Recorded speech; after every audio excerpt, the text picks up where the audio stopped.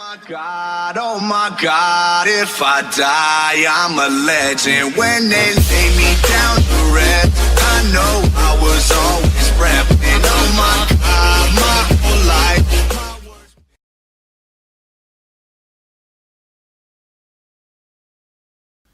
What's up, guys? Soba Squad, yeah? As you guys know, I'm Dylan. I'm Martin. And today we are coming at you with a topic on relapse. How, what, and why. And, you know, going forward, we tend to experience relapses. And it's not a nice thing to go through, you know? It messes us up. And the definition of a relapse is going back to a former or undesirable state or condition that we may have suffered from, problems that we may have had in addiction, and we just couldn't get out of it. And once we find a solution and go back to it, that's what is declared as a relapse in simple terms. So, a fact about relapse, you know, is 40 to 60% of drug users or drug abusers will relapse. That is a study done from the National Institute of Drug Abuse. So yeah, that's where we got those facts from, and it's a terrible thing, you know. People keep relapsing, and they keep going through the same problems, and they keep losing more. But Martin will talk on another topic. Yeah. So guys, I'm going to be taking you through the parts of the relapse. So it starts with the emotional relapse, goes on to mental, and ends off with the physical action of the relapse. Now with the emotional part of the relapse, which is the first part, and the warning sign of a relapse, is you'll be feeling undesirable feelings now. You'll be feeling angry or depressed, you'll be feeling lonely, and you know, at this stage you're not going to be thinking about using, you're just going to be feeling very discontent with life. You know, you can take a step further and you get to the mental part, you know, the mental relapse. This is the part where part of you wants to use, but part of you also doesn't want to use, and there's a war going on in your head. Confusion. Yeah, confusion. You will start glamorizing about your drug use. You will start thinking about people, places, or things where you used to hang around with and use. You know, the past is going to start becoming way more attractive to you. Then moves on to the third and final part, which is the actual physical action of the relapse. Once you've gotten to this point, there's not really any coming back from it. This will include driving to the liquor store, driving to your dealer. Yeah, you know, that those are the those are the parts. Watch out, guys. Yeah, those are the parts and stages of a relapse: emotional, mental, and physical. Yeah, so guys, that was basically a rough intro to the stages of relapse. And we've got to be very careful on how we think, what we do, our actions in our everyday lives. And the topic I'm going to explain to you guys now is, you know, the effects of relapse. You know, Martin spoke about the stages, and now I'm on to the effects. The effects of relapse, you know, we start getting more, when we relapse or when people relapse, your negativity increases. We start changing our outlook on things. We start changing our attitude towards people. We become selfish. I know for me, I was extremely selfish. We start wanting everything for self-gain. We don't really want to help others. Every single thing we've got to do for ourselves, and we've got to get something out of it. We tend to isolate ourselves.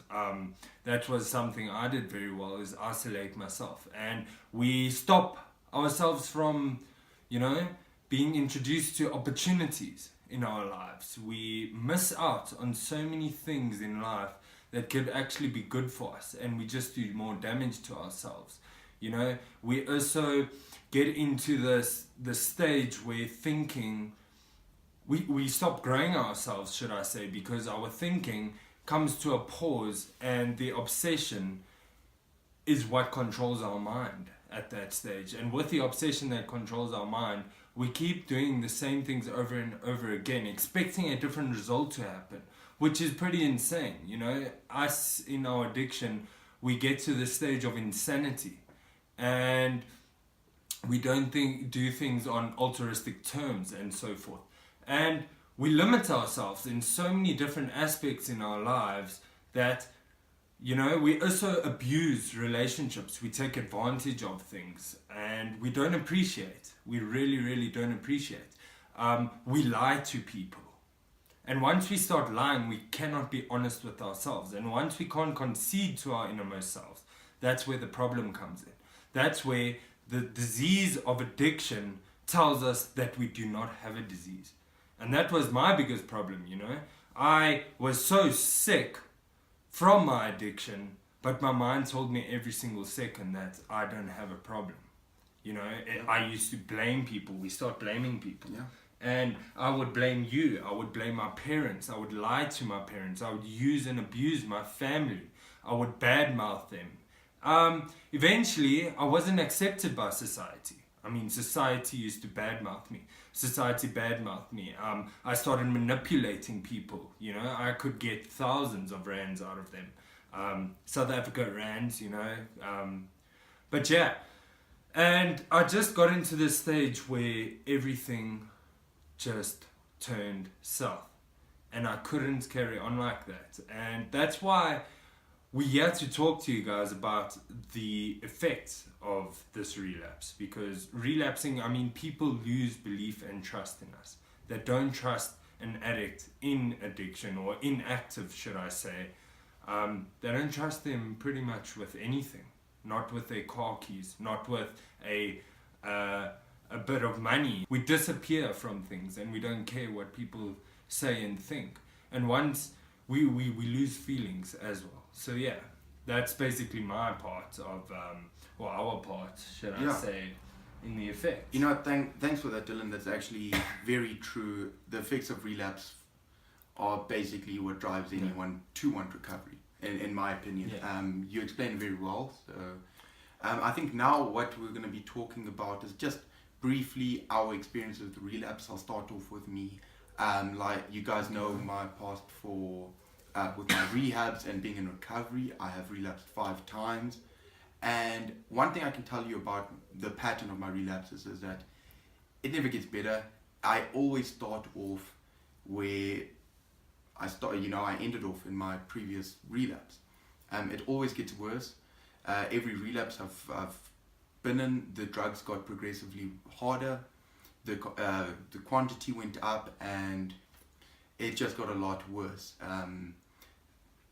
Luckily, I found a way out of it. That's just a brief introduction of my experience with it. More will be revealed, but you know, I've learned through every single one of my relapses. I've learned something. So sitting here today, I can't say I regret any of my relapses. They needed to happen in order to get to the point where I am now. Yeah, that's all I want to say with my experience. Dil, what do you have to share? Yeah, I like your experience. Obviously, in future, if you guys have any questions or so forth, we will explain in detail. Definitely. But, you know, from my experience, I came to the realization that it doesn't matter how much knowledge anyone has in addiction or so forth. It really, really doesn't matter. Experience was my best teacher, and going forward, I couldn't put in application. And application is everything, you know. I can talk all day long, but if I don't do the action, it means nothing. It means absolutely nothing, and no one can learn from that. And especially me for myself. I mean, recovery at the end of the day, you must not do it for anyone else. You got to do it for yourself. And my experience, you know, I had a lot of knowledge and so forth, but I still had that mentality of, I'm not an addict. I'm not an addict, and I can control it. And there's so many questions that I asked myself. You know, I can control it. Just one. One is too many, and 1,000 is never enough. And, you know, carrying on, I lost 5 cars. I lost 3 flats. I lost furniture. I lost clothes. And every single time I relapsed, it just got worse. I tried to commit suicide twice. First time, I put drain cleaner down my throat. Didn't work out. I had so much self-pity for myself that I called my mom and started crying and said, I need help. I'm glad to this day that I said I need help, but still, after that I relapsed. And the second time I tried to commit suicide, I stood off a bridge and I wanted to jump onto the highway, or the freeway, should I say. And, you know, thank goodness I never, because today I see the joy in life. So I think what was most important for me in my recovery is just recognizing that I'm not alone and I'm not the only one that feels this way. And that made me feel better. And people that really, really understand me, people that have similar problems to me, it has been there to help me, and I've been given a way out and been given a new design of living to go forward. So yeah. Okay, cool. Thanks, Bill. Yeah. You know, every experience is different, and that's what makes us unique. But at the same time, we all have the same problem. You know, to end off this video, I would like to get onto our final subtopic for today, which is very simply what to do. You can do any of these things, whether you're in mental, emotional, or you've relapsed. You know, it will help you no matter what stage you're at. The first thing you should do is probably get to a meeting. You know, if you can't for any reason, you can call someone, tell them you have urges to use or you have relapsed. They can help you out. You can keep yourself busy. I'm a firm believer of balancing your recovery. There's time to work and there's time to play, you know, but just find a balance in your recovery. And I don't know, for me, the most important thing is, you know, take it slow, take it easy, and do your recovery one day at a time. You know, that it's as simple as that for me. It's the most important thing, yeah. Yeah. Do you have anything else to share on that? Yeah, I think, you know, I like what Martin said there. Just to touch up from my side, I think that what to do, I think it's extremely important that you try and get hold of someone that understands your problem and do the research on that. And if you guys don't know who to contact, you guys can always ask us. We are here to talk to you guys. And going forward, you know, if you guys talk to us, we will never ever publicize it. It will be complete anonymity. No one will know about what your guys' problems are, and we are happy to connect with you. And we are more than willing to assist, to connect you guys, no matter where you're from, with other people around the world who have similar problems. We will do all that homework for you. And, you know, going forward, just keep busy. And recovery has got to involve fun and levity. You know, there's a time and place for everything, like you said. Definitely. And it's important to keep yourselves busy. It's once we're in that boredom stage where our mind and our thoughts start taking over, and that's our negative mind. And you've got to deal with your problems. When you have a problem, face it head on. You must remember that, you know, there's a saying, it's how we overcome our problems that will determine our successes and our failures. And just talk to people. Get people involved that are good in your lives. Remember, you cannot go back to the 3 Ps. People, places, and play things. You start going, there's a saying, you know, you sit in the barber too long, you're bound to have a haircut. And you just can't do that. You just can't. Drive yourself towards new friends who challenge you good in life, who want the best for you, add value in your lives, and where you can also add value to others in your lives. So that's basically what we have to say. Thanks for watching, guys. Yeah, guys, please comment, like, subscribe to our video, help us grow our page, help us get our message across.